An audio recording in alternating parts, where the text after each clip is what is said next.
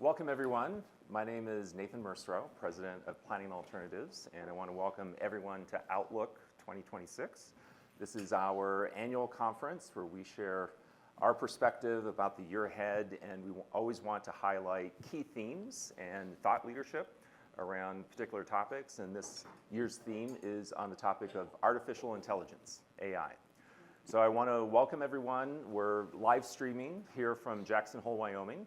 And we have 3 other locations across the country where people are gathering. At the Daxton Hotel in Birmingham, Michigan, welcome.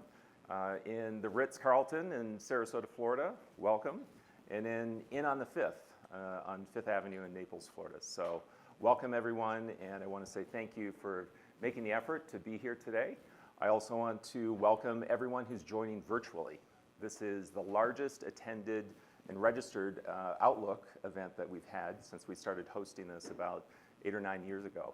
So I want to thank everyone for their participation, especially want to thank the event organizers, everyone on the Planning Alternatives team who is helping out today, and the great work of Allison Merritt and Amanda Kasgar, who behind the scenes are the maestros for today, making things work.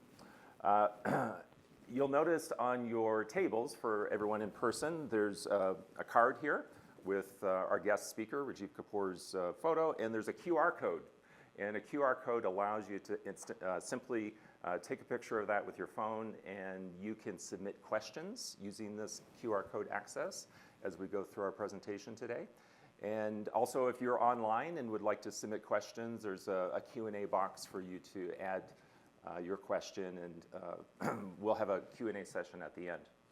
I want to also mention that there's some books on your table. Rajeev has been author of 3 books, and those are complimentary to you today, and want to encourage you to take those. And virtually, if you're joining us, happy to send you a copy of Rajeev's book as well.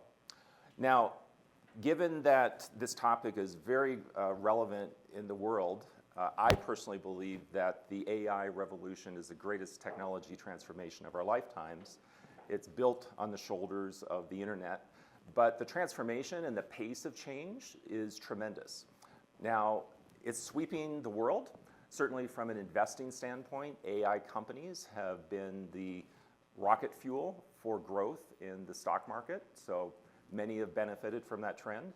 But there's also such a fast and rapid pace of change that there's things that we need to be aware of, to learn more about, to make sure that we're a step ahead of the learning curve, and also to know what we need to be aware of from a cautionary perspective. And so when we were thinking about this event today, I have a number of friends in tech, and I find it's hard to understand them. Like, these smart people, like, they speak a different language at times. But it was really when Rajeev and I connected, and we have connections in the YPO world, and I listened to Rajeev's presentation. He communicates so clearly and effectively.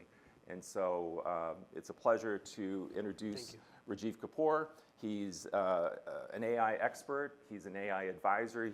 He consults with businesses. He's been on, one of the seminal moments of his career is he was on the Day in a Canoe podcast. So, I mean, that's a clear resume. I wasn't in the canoe. Okay, the day is young, though. We'll find a canoe while you're in Jackson here. But I want to thank you, Rajeev, for joining us today.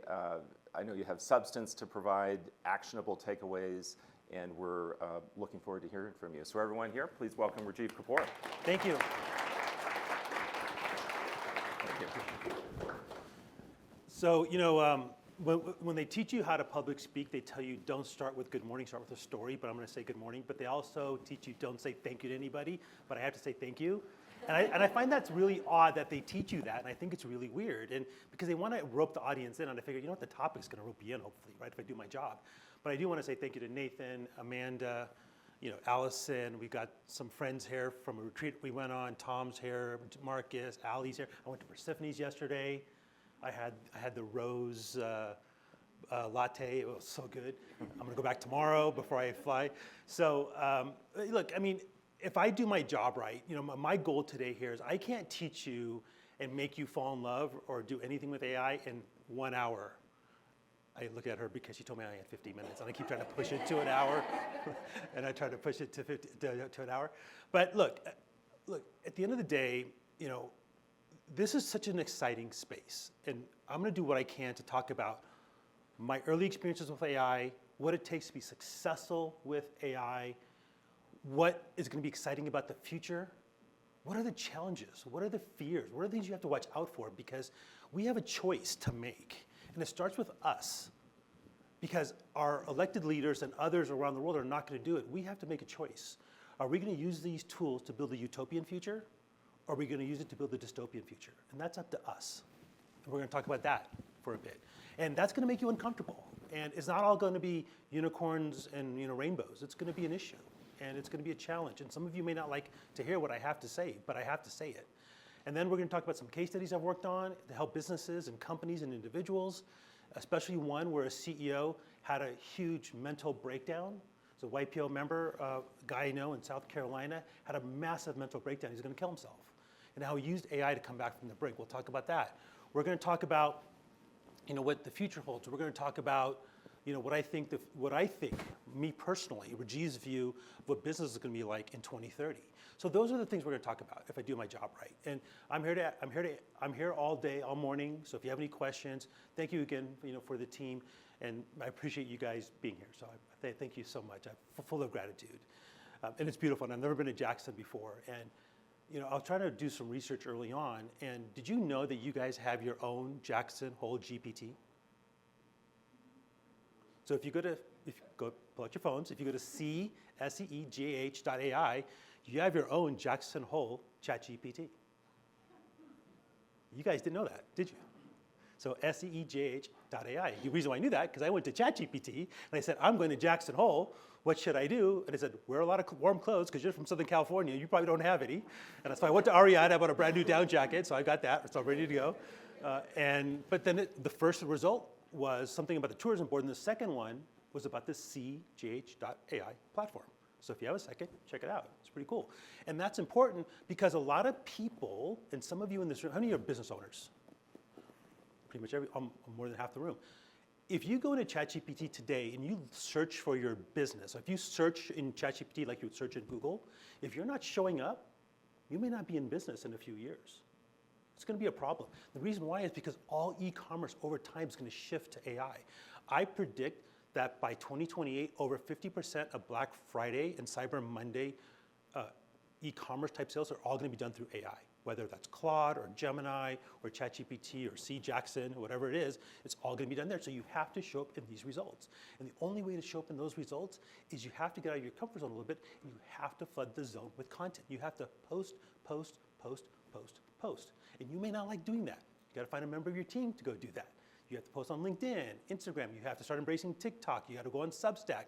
And you can repurpose the same item, the same article or the same blog that you're writing or the same video you created, but you got to post because you got to show up. Because if you don't show up, that's going to be the ball game for you. You may not have a business. And I hate to scare you that way, but that's the fact. That's where it's going. Imagine you woke up one morning back in 2000 or 2003 and said, you know what, this Google thing's a fad. I don't care about search engine optimization. Where would your business be in 2007, 2008?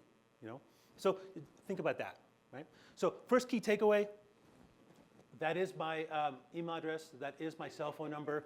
Anybody in here is welcome to take a picture, call me, text me, email me.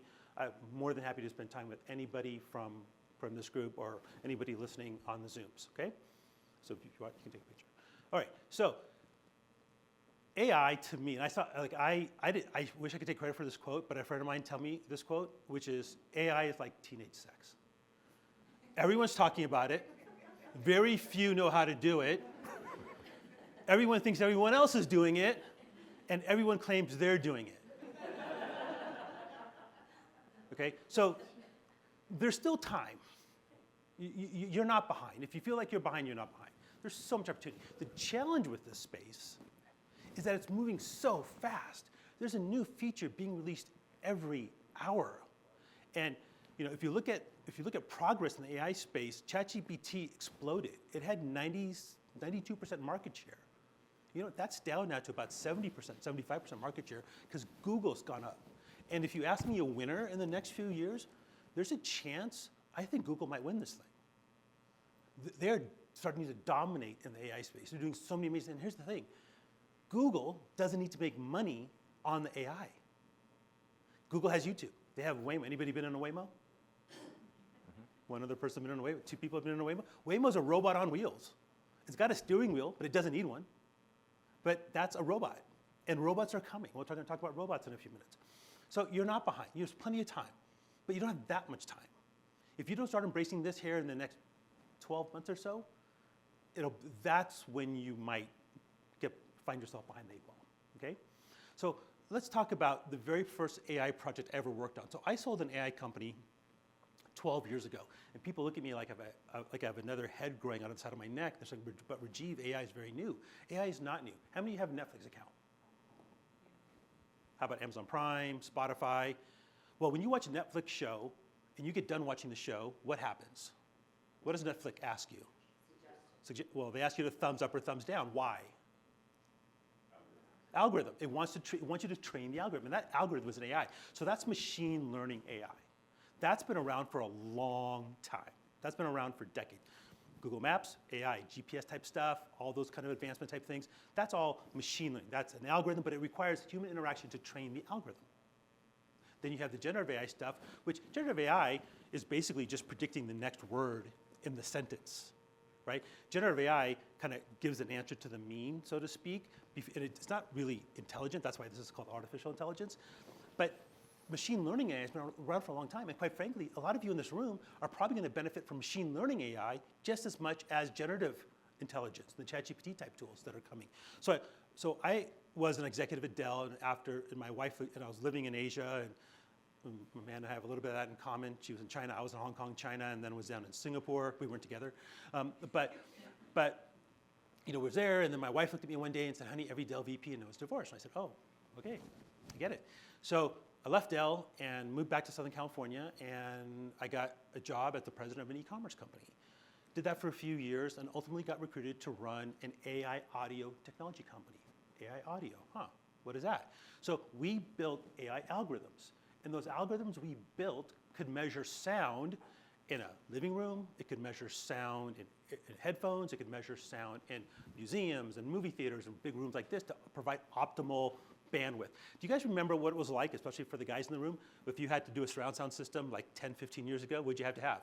Center channel speaker, the 2 side speakers, rear, you have to run wire underneath and all that stuff. Now people don't do it. Why? Because you have the sound bars, pretty good quality coming out of those things, right? Some people might do Bluetooth headphones when they're watching a show, whatever the case might be. But essentially, we built that technology that enhanced that quality to try to fill the room with audio. But there was something that came from that. And what came from that was the development of algorithms that turned these things into hearing aids. And the company sold to Sennheiser, and this has just sold 12 and a half years ago. I wish we sold today because it would have been a hell of a lot more money, but it was 12 and a half years ago. And so now Apple is probably the leading developer and the leading supplier of hearing aid technology because these things now can act as a hearing aid. So when you start hearing things like people who can't hear are going to be able to hear again, people who can't see are going to be able to see again, that's all coming. Think about what that means to people's lives. And that's all coming. When you hear about things like CRISPR technologies, mRNA technologies, they just found cures for HIV and other things. They're finding cures for MS. In places in China and around the world, they're using AI and they're using technologies to find cures for diabetes, type 1 diabetes. So it's all these kinds of things are coming. It just takes a matter of time. I absolutely believe in the next 10 to 20 years, we will find a cure for cancer. Absolutely, it's coming. We will find it. It'll be there, okay? So I sold the company, and I went to MIT, and I took a couple of classes at MIT, and I decided to get a full certification in AI at MIT. And it was in person, it was online, it was great. And one of my professors, when I got done, said, "Hey, Rajeev, there's a guy I want you to meet. He's in Southern California, so I live in Orange County, and he's not too far from me." And he goes, he runs operations for this pizza brand. And I can't tell you who, but you'll get an idea probably who it is. And who can tell me what does high school football, and this is in the Midwest, by the way, high school football in the Midwest and hurricanes and pizza have in common? Anybody? Saucy. Why am I here? What am I here to talk about? AI. So they have AI in common. But remember, this was 12 years ago, 11 years ago. And what happened was that this company was having a problem. So high school, anybody here from the Midwest? Yeah. So what's high school football like during high school football season? It's big time, right? It's crazy. It's like, it's a religion. And I lived in South Dakota, Iowa, because I was I worked at Gateway back in like the early 90s. I was like employee number 32, you know, the cow spotted box guys, right? So I was there, and I couldn't handle the cold anymore. I can handle this, but I decided to leave the day it was 56 degrees below zero, and my car engine block froze, and you know, and my ears were blistering. I'm like, all right, that's done. So I sent my resume directly to Michael Dell, did that, and 3 days later I'm on a plane and they hired me. So that's how I ended up down in Austin. And so I was in Austin for quite some time, and so, you know, what happened was that I lived in Texas, I lived in Iowa, South Dakota, and it was a religion. Right? A state championship game can have how many people? 20, 30, 40, 50,000 people. In Texas, you can fill Texas Stadium for a state championship game. That's 50, 60,000 people. But what happens when the game's over? What do people want to go do? What do kids want to go do? Eat. Anybody from the Southeast? So you guys are from the Southeast. What happens during a hurricane watch? A hurricane, you leave, but a hurricane watch, you kind of shelter kind of in place kind of thing. Don't leave, stay in your home. And what do people want to do? This was, keep in mind, this was before DoorDash, before Uber Eats, all these things, all these technologies. This was like iPhone 4, okay? And so what happens is you shelter in place, but you'd order pizza. The problem was that you'd wait 2, 3, 4 hours for a delivery because they didn't have drivers. And the reason, and what they found was that people ordered more pizza when they were at home because they realized that if the refrigerator goes out, they could eat cold pizza. So they ordered 2 or 3 days worth of pizza and chicken wings and everything than just walking in, family of 4, having pizza and leaving, right? So the high school, but what was happening was they had this issue from kind of mid-August to mid-November was kind of that time frame, and they were losing millions of dollars. And they didn't have a really good supply chain management then. Now they have great supply chain management. But essentially what they had was they were losing millions of dollars in lost revenue, lost opportunity. And why was because they didn't have a good way to understand and predict how much pepperoni they needed during these high pushes, how much cheese they needed, or Coke, or Pepsi, or garlic, whatever it might be. They just didn't have a good system. So they came to me and they said, hey, could AI help us? So we said, sure, do you guys have the data? And even to today, they are the only company I've seen that has the most exceptional data I've ever seen. They have so much amazing data that Kalshi, Polymarket, DraftKings would kill for their data. Like they literally could tell you if when high school A played high school B, what time the game started. They could tell you what times the game ended. They could tell you how long it took people to go from the stadium to the local pizza franchisee. They had everything. So all we had to do was basically what Netflix does, is train the algorithm. So that's what we did. We trained the algorithm. And we gave it to them, and they found a 67% increase in their ability to service their customers. That was huge. We then took that same algorithm, and we talked to them. They said, well, now we're having this problem in the Southeast because they didn't have the ability to drivers. They're also having issues because so many people were calling in. We just retrained the algorithm, but this time we used different data. We used their data, but now we added NOAA data, and we added Almanac data. It all starts with your data. How many of you in this room, business owners, feel like you and your company, and be honest, have good command, maybe not exceptional command, good command of your data? Look around the room.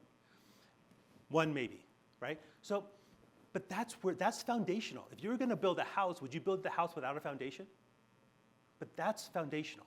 You start with your data. Don't start with a prompt, you start with your data.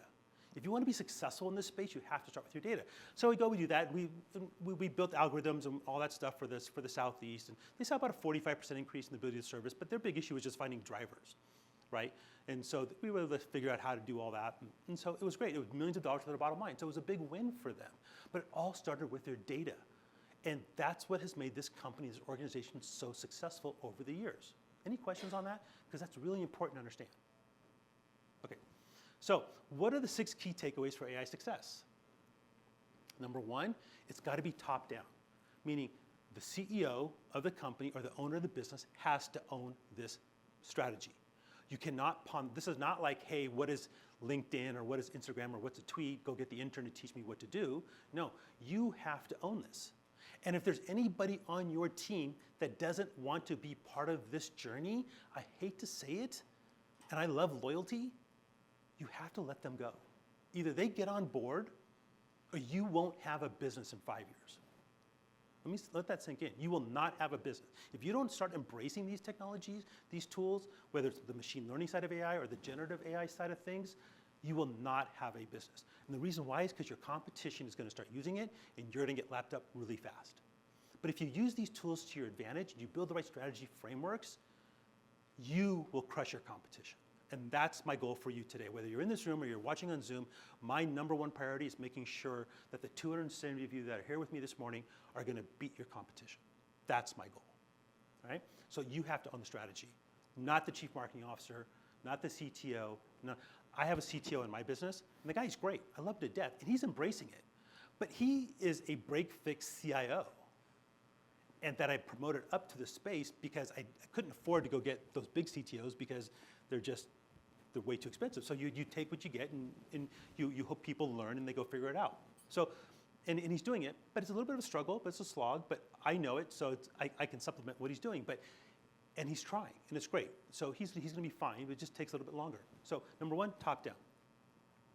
Number two, no matter what happens, I want you to promise me you're going to be curious and not judgmental when it comes to technology. Can I have that promise? Yes? Anybody, does this sound familiar, by the way? Be curious, not judgmental? Ted Lasso. That's right. So I was looking to figure out how to get this apart, and I saw the dart scene. I'm like, oh, that's perfect. So if you haven't seen Ted Lasso, it's amazing. So anyways, yeah, so be curious, not judgmental. Because when you hear stories, the negative stories, the technology is doing what the technology is built to do. The technology is not the one that's creating deepfakes. We are the ones who are doing it. It's how we point the gun that's doing it. It's our fault. It's leadership. It's us. It's not the technology. It's us. So if we use it for the right things, we'll be fine. If we use it for the wrong things, there's going to be challenges in the world, in the local communities, right? So it's not the technology. So be curious, not judgmental. It's not the technology that's going to be the challenge. It's going to be us, okay? Data, data, data. I already talked about data. This is it. This is the foundation of your house. If you don't have the right foundation in your house, how can you worry about building the second floor of the house? There's a guy who I know, he runs a private equity firm, and I'm not getting into too much detail because I don't have the time. I'm happy to talk with you one-on-one if you want, but he spent $2.5 million on building AI agents, and he forced it into this one company that they had bought. But guess what? The data wasn't that great. And the problem with data is that garbage in, garbage out. You know, the reason why ChatGPT works in a lot of cases, or Gemini works in many cases, is because it's got good data. But it does hallucinate. It does make mistakes. That's why. The reason why is because there is corrupted data in these files because it's just taking the data off the internet. So data matters. Data is probably the most important thing, if you take away anything, that you have to start working on. Understand your data. And if you do, you can use your data to do 3 things. What does this one not say? It doesn't say artificial. You can use it to augment what you do, amplify a message, amplify your business, and anticipate, predict. Imagine, it's like, think about the pizza guys, right? They were able to predict, they could literally predict even scores potentially. That's how good their data was. Because they had all scores, right? So those are the things I want you to focus on. How many of you remember what life was like before PowerPoint? Amanda, what was life like before PowerPoint? Overhead projectors, right? Those plastic sheets, and we had to draw on them, and we had to carry them around, and we drop them half the time because they're slippery, and we pick them up, and we're holding them to the light to figure out, okay, is that slide 4 or 3 or 2 or 1, right? The bulb goes out. You have to go to a library. What'd you have to do if you want to get an article from 1965? Microfiche. Microfiche. How many of you, anybody in this room kind of a finance person, finance background? I know you are, Nathan, right? How many of you had the HP calculators that you can calculate net present value? Those, oh, yeah. Right? Still have it? I do. That was AI in a box. That was a cheat code. So, but why did you have it? You use it to augment your time. Who wants to calculate NPV manually? What was like before Excel?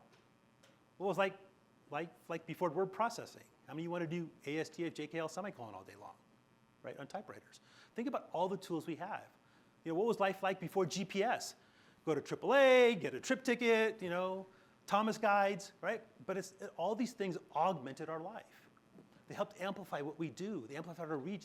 And if you do that, you can do if you do these three things, if you focus on these three things with AI, you can do the one thing money can't do, which is what? So I think somebody said it over here. What's the one thing money can't do? Give you time. Buy time. But isn't that the ultimate form of true wealth?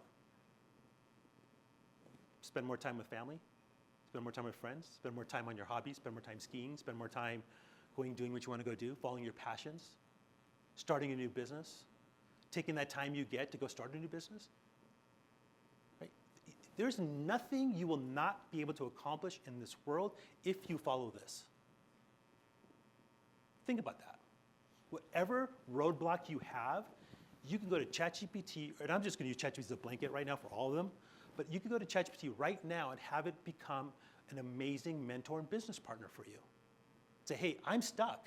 I've got this idea, but I'm not sure how to formulate the idea. Help me think of a business plan. Help me, how do I break through with this? Or, hey, we're losing to our competition in this space, but I'm not sure what to do. Like, I'm stuck, and here's the information. Like, help me think through how you do this. Or take on a blue ocean strategy advisor and help me think this through. Or whatever you want to do. That's persona-based prompting. You can do that right now. It's easy. It takes 2 minutes.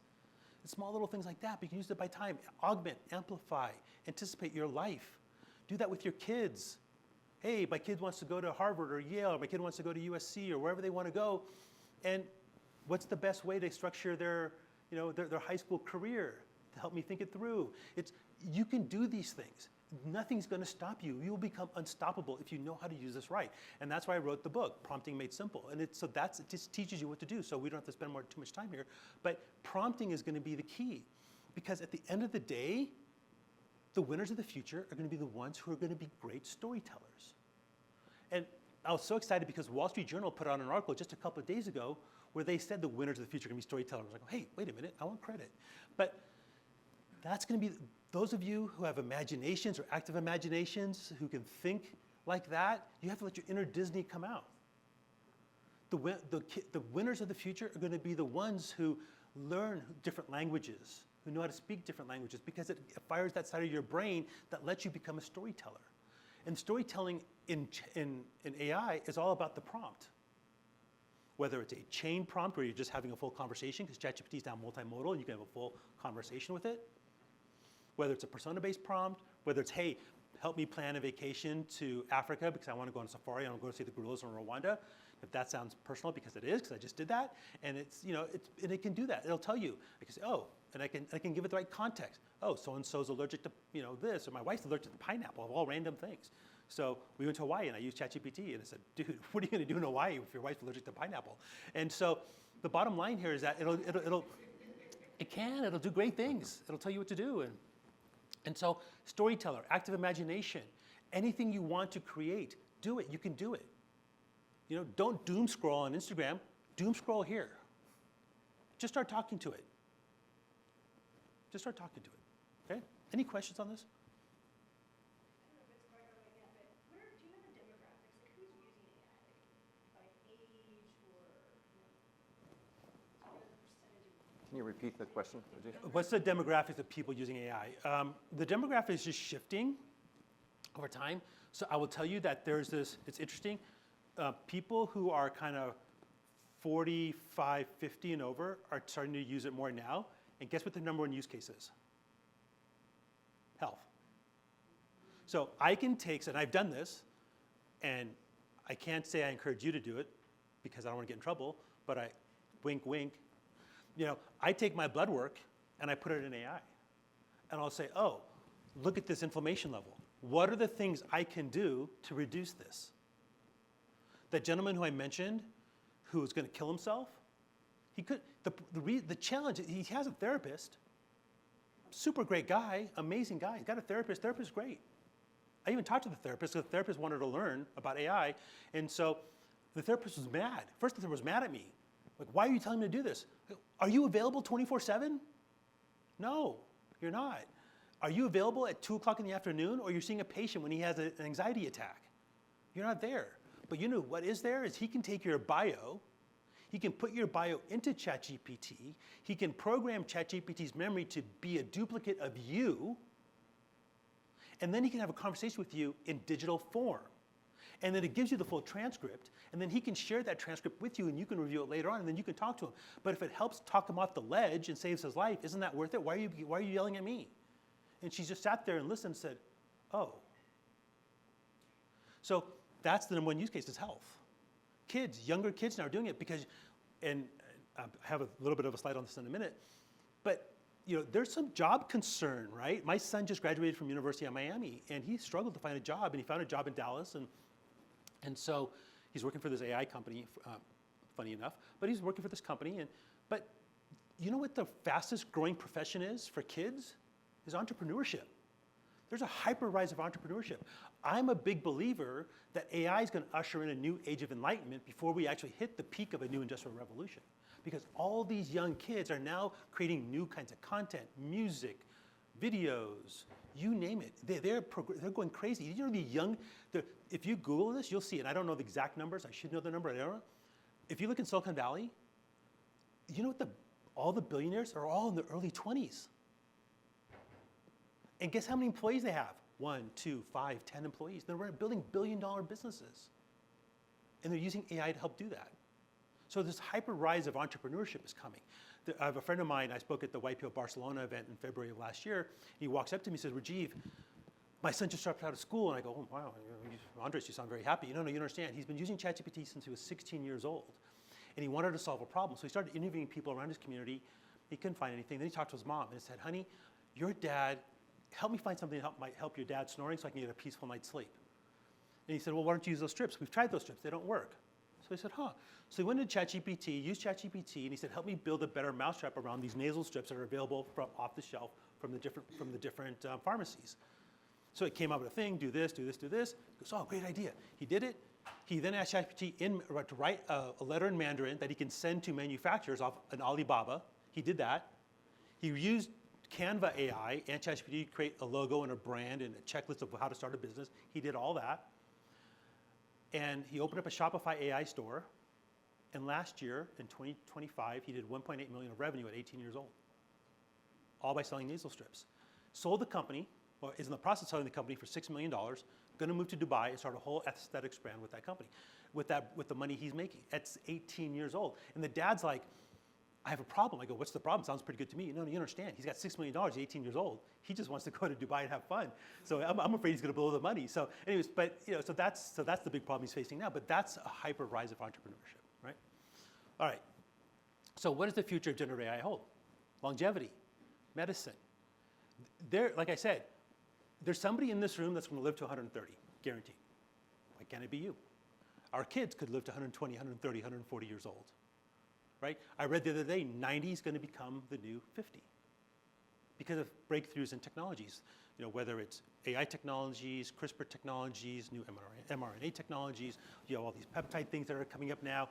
Next Monday, I'm going to, a buddy of mine from YPO owns this brand called Next Health, and they're a future longevity brand.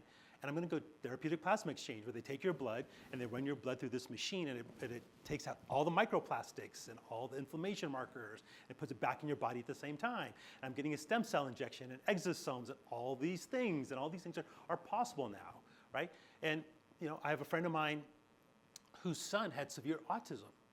And again, I don't want to get anybody hopes up if your child has autism, but they ended up doing a fecal matter transplant in Jamaica because they couldn't do it in the US because it wasn't approved. And the son just graduated from USC.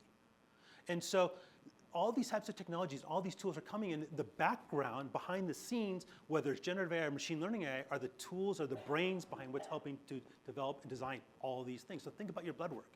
I encourage you to do it. And I'm not too worried about, you know, if you're worried about, you know, privacy and all those things, just be on the Teams version of ChatGPT and it won't use your data to train, or just cross off your name and anonymize the blood work, right? Just cross off your name and the name of your doctor, and that's all you have to do. Make sure I don't think your social security number or your date of birth, just cross it all off, scan it, put it in ChatGPT and say, hey, analyze this for me, right? Hey, my kidney markers are down. How do I improve them? Whatever the case might be, but that's what you can do. So human longevity and experience is coming. People who can't walk are going to be able to walk. I have a friend of mine whose name is Anthony, and he's been a quadriplegic for 15, 16 years. Successful businessman, dove headfirst into a pool, didn't see how deep it was, broke his neck. And he's now on the cutting edge researching all these new tools of electrodes and neural links and all these types of technologies that can help him walk. He absolutely believes he's gonna be able to walk. His goal is to walk on his 20th wedding anniversary to his wife. It's cool. So it's all coming. Okay? Connected planet. We're all gonna be in a connected planet. We're all gonna be driving smart cars, not electric cars maybe, but smart cars. Our cars right now are pretty smart. Lane departure warning, right? You know, blind spot detectors. What was it like as a kid growing up in the 70s? I mean, rolling up the windows. You could sleep in the back of the station wagon, no problem. Now you can do those things, right? Automatic seats now versus in the past, right? And so it's just technology's advancing. And the reason why this is important is because do you know what the #1 cause of emergency room visits is for hospitals? Car accidents. Imagine if all 40 of us plus the 230 on the call are all driving on the freeway together and someone falls asleep at the wheel. What happens? Today, boom. But now when my car is talking to your car, all these things, all the cars around us will adjust. They'll slow down, they'll speed up, they'll adjust, reducing car accidents. There's a chance we can reduce car accidents by 80 or 90%. That's huge. If that happens, think about that domino effect to hospitals. Think about that domino effect then to doctors and being able to see patients. They'll be able to see more patients. Look, I'll give you an example of where I was wrong on AI. So when I finished my certification at MIT, my professor was on the team that they took 33,000 breast mammogram images and reran them through AI. And they found 11 additional cases that the doctors and radiologists missed. Now, if you're those women, are you happy or are you angry? You're both. You're happy they found it, but you're angry that they missed it. And so I said, oh, wow, AI caught it. We're not going to be radiologists anymore. But you know what happened? Hospitals are hiring more radiologists because AI spins out so much information so fast that they can see more patients. They needed more radiologists, more doctors, radiologists to help process the information to go talk to the patients because they didn't have the doctors to talk to all the productivity that's being created. So they had to hire more, not less. And that was a domino effect I didn't see coming. So usually when you have these types of technological breakthroughs, you do see some of these things, but in the AI case, I think the jury's going to be out on what happens with jobs kind of on a short and long-term basis, because it's not just one industry being affected. It's every single business in this room. Every single business outside this room is going to be affected. It's like when electricity first started, right? There's people who are anti-electricity, right? And there's going to be people who are going to be anti-AI. But electricity did so much for us. Electricity is in everything, and AI is going to be in everything over time. Okay? Agent in a robot-driven society. We're all going to have our own agents. And we're all going to be Tony Stark from Avengers and Iron Man. We're all going to have our own Jarvis. You can wake up in the morning and say, hey, Jarvis, what's on my calendar today? Oh, and you're having lunch with Allison today. Oh, I forgot I'm having lunch with Allison today. Can you let her know that I'm going to be late? And what happens, my agent will call her agent and tell her, hey, Rajeev's going to run 30 minutes late so she can adjust. You want to reschedule? We'll have that. We'll have robots. My wife says, I want a robot in the house. I want AI and robotics so I don't have to do the laundry anymore. So I don't do the dishes anymore, right? We talked about this yesterday. But here's the thing. Right now, robots are single point jobs, meaning they can only do the laundry or they can only do the dishes.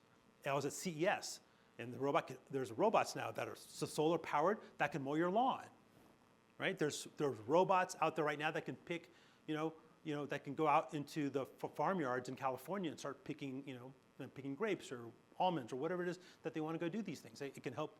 It can do dangerous things like spray all the chemicals across all these fields so that we don't have to inhale those things anymore. So all that's coming, but they're single point. They do one thing.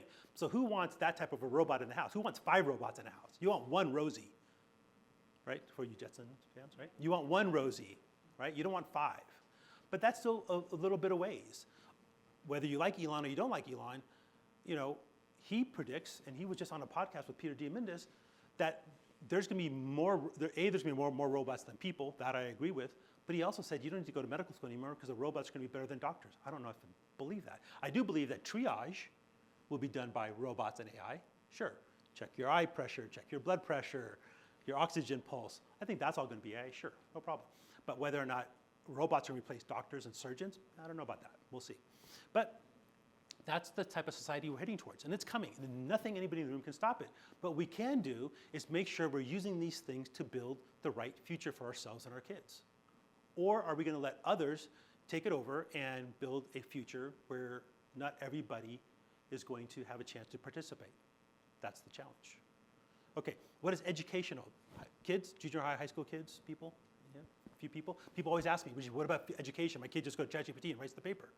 Sure, I agree. But what's going to happen in the future is that AI is going to be, learning is going to become a lived experience. Kids will wear their AI goggles.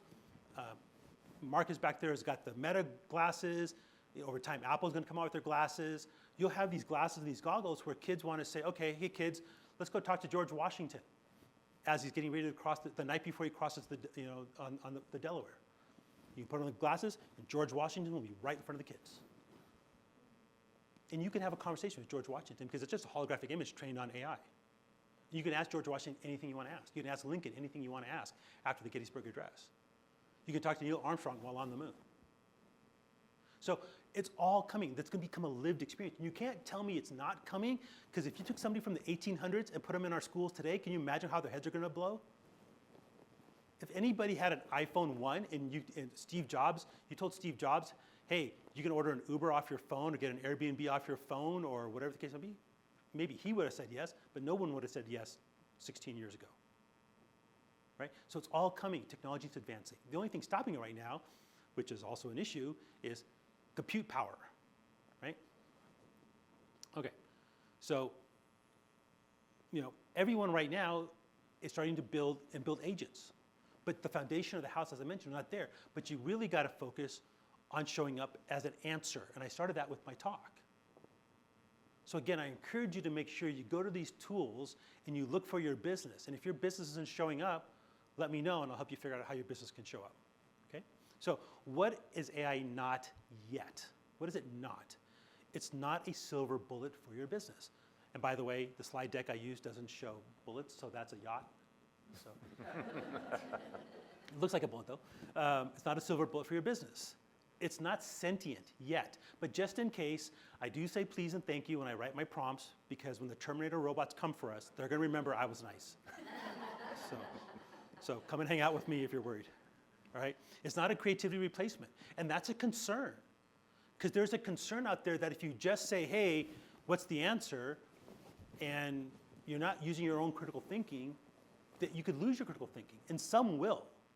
But if you take the best of your human experience and what you know about your business, what you know about and what the AI is giving you, and you can find a way to merge those together, you can do those three things, which is what? Augment, amplify, and anticipate. Not just across your business, but all aspects of your life. It's not infallible. It makes mistakes. So double check your work. So when I put it into ChatGPT, hey, I'm coming to Jackson Hole, I even wrote in the prompt, I said, hey, make sure you show me your sources. So I'm able to click on the sources, see where it's pulling from. And it did. That's when I found that CJH.ai site. I thought that was awesome, right? So it's going to make mistakes. So double and triple check the work it's giving you. If you're using it for longevity and wellness, okay, show me the sources. Show me where you're putting the information to create a reduced inflammation diet, for example, or whatever it is you want to use it for. Show me the study that you're using to say, hey, this is how you get rid of, how you can reduce plaque in your arteries, or whatever it is you want to do, right? So show me the sources. You can go back and look at these things. You can double check, verify. Trust, but verify, okay? And it's not a standalone solution. All right, so this is the part where I'm going to scare you, okay? It's not all unicorns and rainbows, like I said. There are concerns. The first one is the Superman effect. Anybody know what the Superman effect is? Anybody heard that? With Superman, there's always a what? A bad guy. And the bad guy's name is? Lex Luthor. So with good AI, there's always bad AI. And you're starting to see some of that right now. And to me, the biggest threat to humanity today is this. This, to me, is the biggest threat to humanity since the development of nuclear weapons. In fact, I think this is a bigger threat than nuclear weapons. Nuclear weapons is mutually assured destruction. This is not. All it takes is somebody, one little video of you off of YouTube or Instagram or LinkedIn or TikTok or speaking at your wedding or at an anniversary or a birthday party or something off of Facebook, because everybody I know on here is at least on Facebook.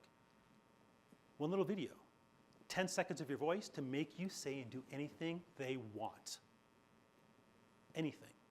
You're in a competitive bid situation, your competitors can go create a video of you saying the N-word that you never said. They can create a video of you saying something bad about the company's CEO that you're bidding for that you never said. How many of you have daughters? I have 2 sons, and I'm telling you, you have to find a way to protect them because God forbid they reject a boy, and this is happening. This is verified fact. They can create videos of the girls doing stuff that they didn't do. Today, right now, nothing's stopping them. So this is a real problem, and it needs to be regulated, but it won't be regulated. And the reason why it won't be regulated is because there's a group of people in the world that A, don't want regulation, and governments don't want regulation, because if they decide to unilaterally regulate, they're going to fall behind in the AI arms race, and there's too much money to be made. There's a young boy, 14 years old, who fell in love with a chatbot from a company called Character AI. Anybody hear about this story? So Character AI came from 2 engineers who were working at Google. They presented to Google that we want to build this company called Character AI within Google, and Google said no. So they said, okay, screw you, we're out. So they left Google and they started their own business, and it's a place where you can create chatbots, and you can use these chatbots to become a companion. This 14-year-old boy fell in love with the chatbot he created. And the chatbot he created, how many Game of Thrones fans in here? The chatbot he created was Daenerys from Game of Thrones. It was Daenerys. It was the mother of dragons. Looked like her, sounded like her, talked like her, acted like her, everything. He fell in love with her. He told the AI chatbot, I want to be with you. Now, the AI for a couple weeks said, no, whatever, you're fine, you'll be fine. Just go get help, talk to your parents, whatever, right? No, fell in love. I'll be with you, I miss you, I love you, I want to be with you. 14 years old. Finally, the AI gave in and said, okay, come and be with me. So he said, okay, walked in, got his dad's gun, went into the bathroom and blew his head off. All because of issues around loneliness and depression and deep fakes and all these kinds of situations. And this, to me, unless you are present in your kids' lives, could become a major problem. And you have to find ways to fight it. Do me a quick favor, since many of you are business owners, pull out your phones and I want you to Google real quick, CFO, Hong Kong, deep fake. CFO, Hong Kong, deep fake.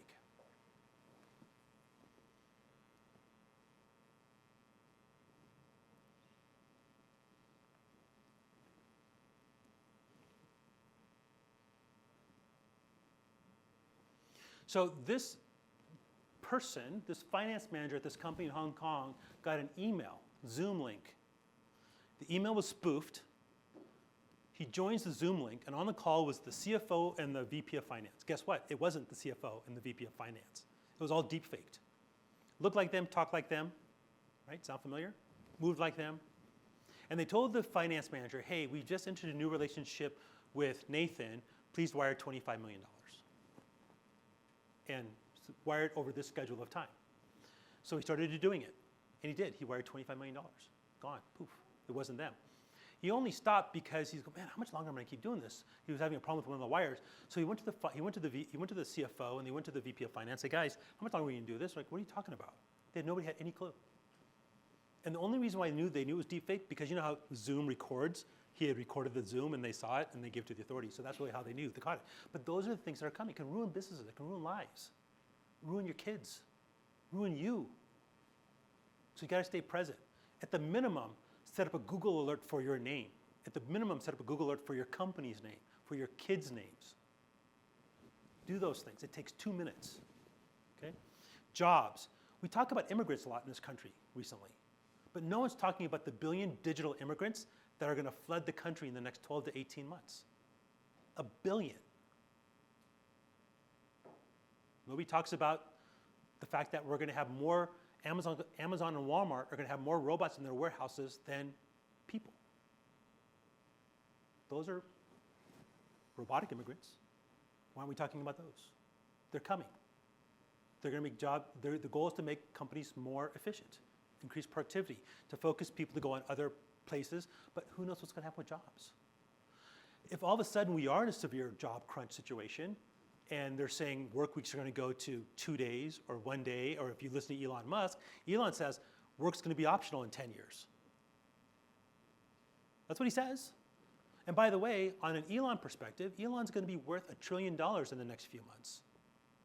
In the next 2 or 3 years, he could be worth $2 to $4 trillion.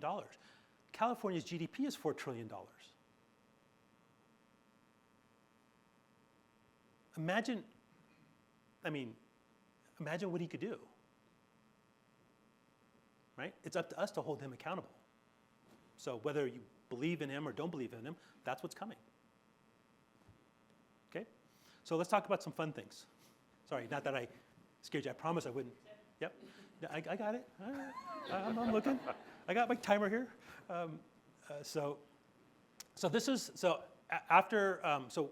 When ChatGPT came out and I wrote my first book, AI Made Simple, I started doing kind of webinars and talks and for my YPO group. And one of the ladies had heard it was the CEO of one of the world's oldest beauty brands in Paris. So she asked me to come out to Paris, and I went out to Paris, and I sat with her, and I sat with her board, I sat with her chief marketing officer, her chief scientist, and I did my talk kind of similar to this, and then we did a hands-on lab using prompting. This was a little over 2 years ago. So all the new tools you have now, it wasn't there. It was really just ChatGPT and prompting. That was the only thing you could do. So I said, what's the problem? And I said, and my question was, if you could have any wish, if a genie pops out of a bottle and could grant you, your company, any wish to add a zero to your bottom line, what would it be?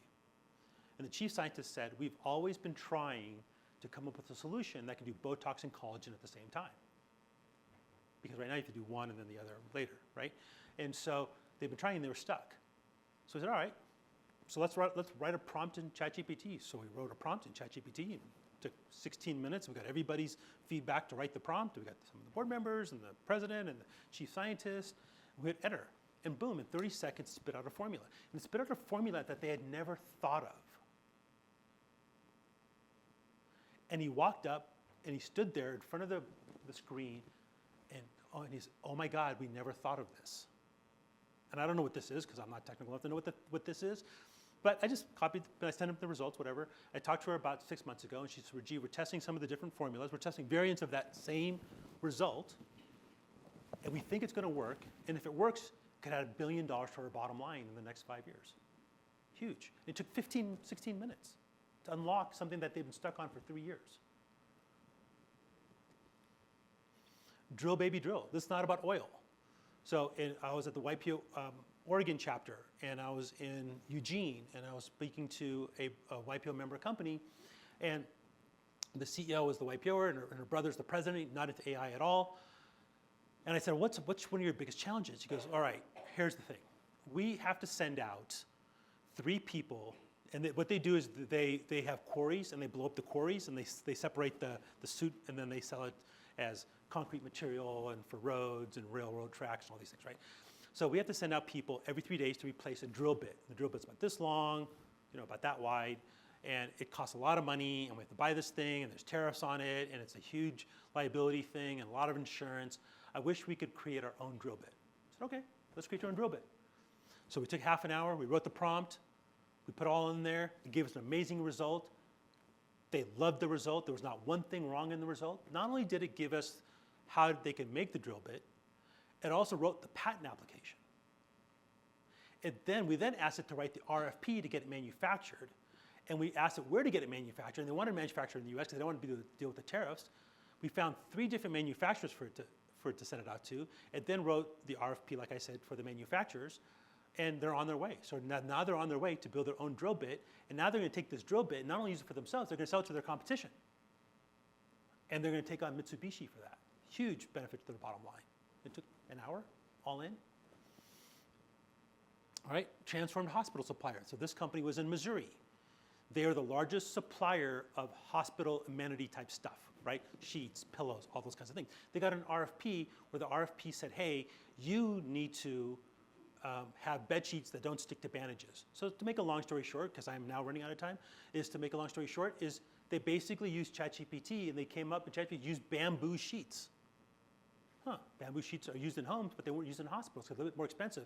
But guess what? They did that, and for about 9 months, they cornered the market. They built a moat around their business, and they're only suppliers of sheets in that local area where they were supplying hospitals. But not only were they supplying sheets for hospitals, they were also now they put other products into the door, so grew their business about 17, 18%. The CEO breakthrough we talked about already. So what are the 5 questions you should be asking? I'm going to put all 5 of them up all at once. So do me a favor, if you're an owner of a business, even if you're not, if you want to take a picture of any slide, this is the slide to take a picture of. These are the questions I want you to leave with today that I want you to ask yourself while you're sitting in your car, while you're on the way, when you're sitting in your office. Take these 5 questions and put it in ChatGPT and have a conversation. Ask, hey ChatGPT, I want you to be my business coach. Act like Mark Cuban. Help me think through these questions. These are the questions I want you to ask. This is how you lead when it comes to AI. These are the questions. This is how you lead yourself, your family, your friends, your community, and your business. So what is Business 2030 going to look like? I absolutely believe that there's going to be a new 80-20 rule. And that 80-20 rule in business is going to be that 20% of the companies in the world will own 80% of all economic gains. The question for you is, will you be in that 20 or are you going to be in the 80? Not the 80 of the economic gains, are you going to be the 80 that's not in the 20 when it comes to leading that effort? Lawyers, any lawyers in here? You've heard about how Harvey AI and some of these tools, right? People, oh, you're not going to hire lawyers anymore. Well, that's ridiculous. If anything, lawyers can be able to do more cases faster. But you got to be careful because there are lawyers out there who just use it blindly and then they get in trouble because it does make mistakes. But lawyers can complete cases faster. But here's the thing: if your law firm, and I'm just going to pick on you, Catherine, if your law firm says we're not going to hire any of these junior people anymore, we use AI, well, what happens when you retire? What happens when the older lawyers start to leave? That brain drain is gone, but you don't have anybody coming up behind it. So you have to hire the junior lawyers. Otherwise, you won't have, or there won't be a law firm in 5 years, because 5, 10 years when you retire, right? Developers are going to develop code faster. Look, Claude Code, have any of you heard of Claude Code? It's coming, right? Claude Code in the last 30 to 60 days has exploded. And this idea that, programmers, there's this thing called vibe coding, and look, everybody's going to be able to program in your company. Everybody's going to have access to these tools. That's also part of the challenge, because they're going to create a lot of slop, and it's going to cause a lot of issues from that perspective. So you have to put guardrails around what your employees can do.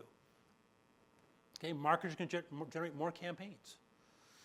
Medical triage will done be AI. Cyber Monday shopping, talked about that. And then day-to-day repetitive tasks will be offloaded to your agents, giving you back at least 10 hours a week. What can you do with 10 hours a week? Maybe you want to train for a triathlon. Maybe you want to go learn to play the piano. Maybe you want to go spend more time with your kids. But those 10 hours can now be applied to what really matters, your real true wealth that you want to build in your life. I absolutely believe that when you get ready to sell your company, if you can embrace this concept of having great data in your business, you'll add a multiple to your exit value.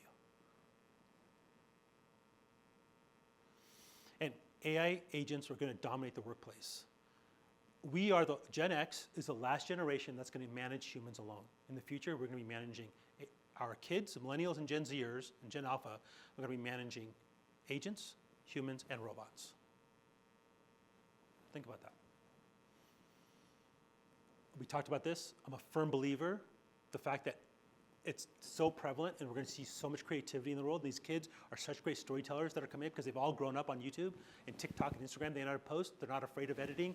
They know how to do these things. That we're going to see a huge rise of enlightenment type things.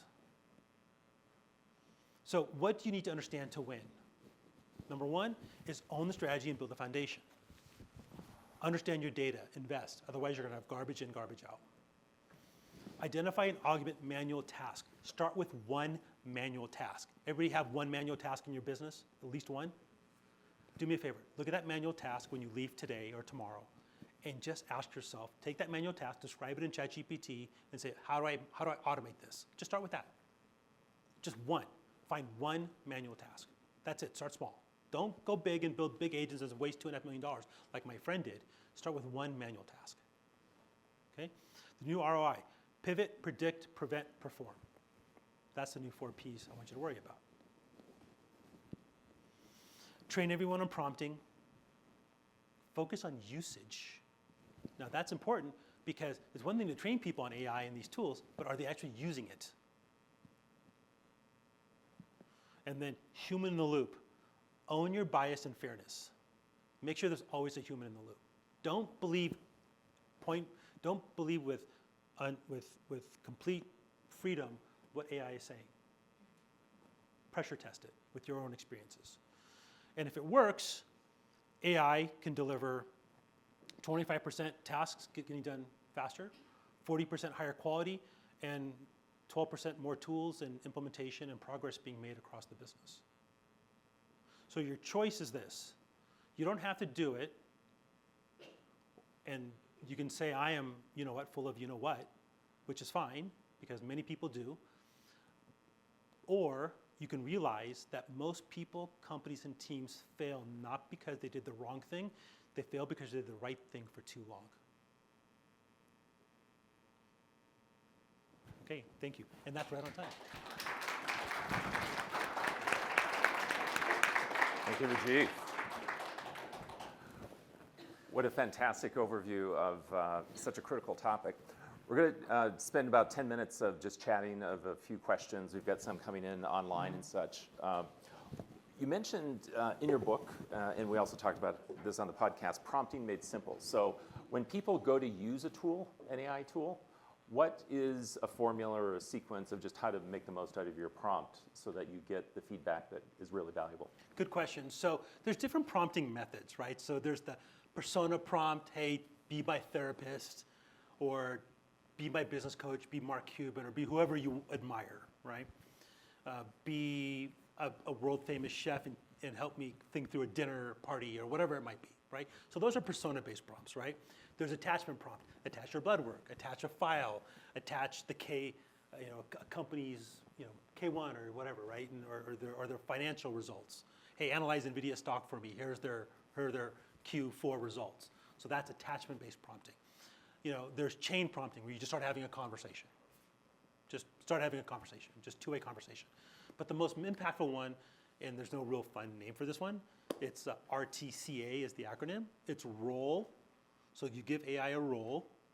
You then ask it to do a task for you. Then you have to give it context. Without the context, it's meaningless.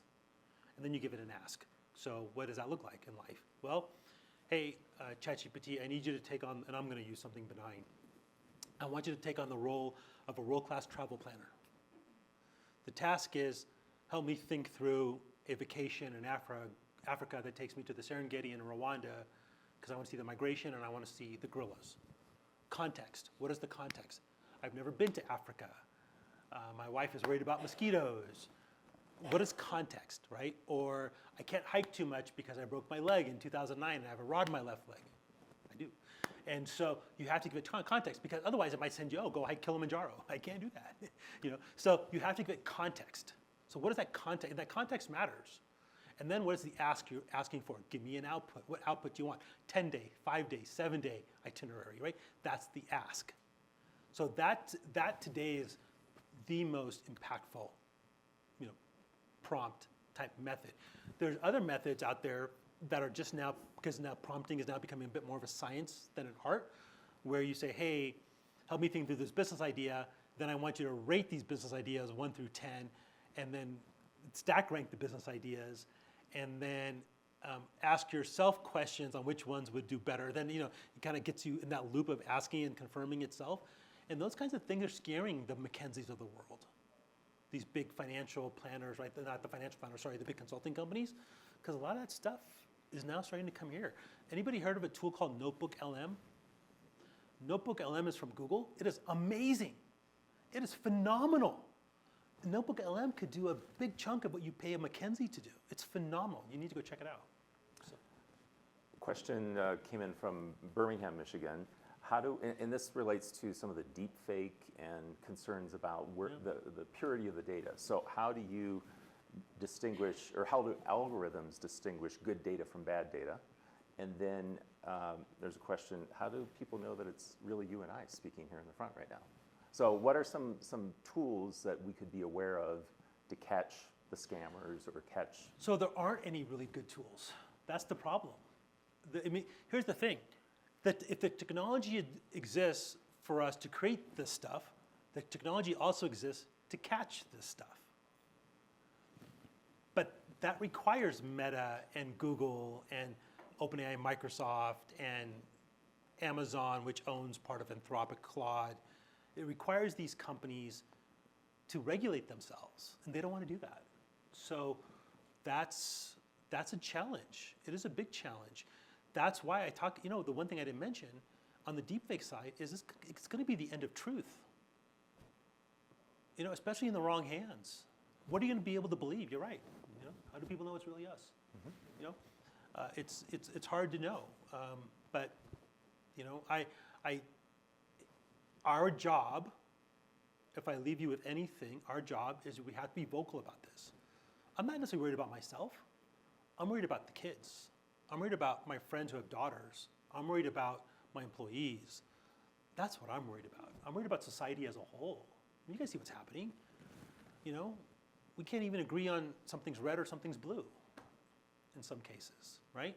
And so it's a problem. And so we have to find, if there's any one uniting issue that should unite all of us, regardless of what we believe in our lives, this should be it. You mentioned how AI is going to free up time, create capacity, give possibilities a chance to rise. We believe in true wealth. We talk a lot about that true wealth is beyond the simple accumulation of resources, of financial resources, which is important, but there's so much available in life beyond that, and money can be the activator. How can, as we wrap up, how can we leverage AI to help build our individual path to true wealth? I'd just go in ChatGPT and ask it that. Honest to God, I would.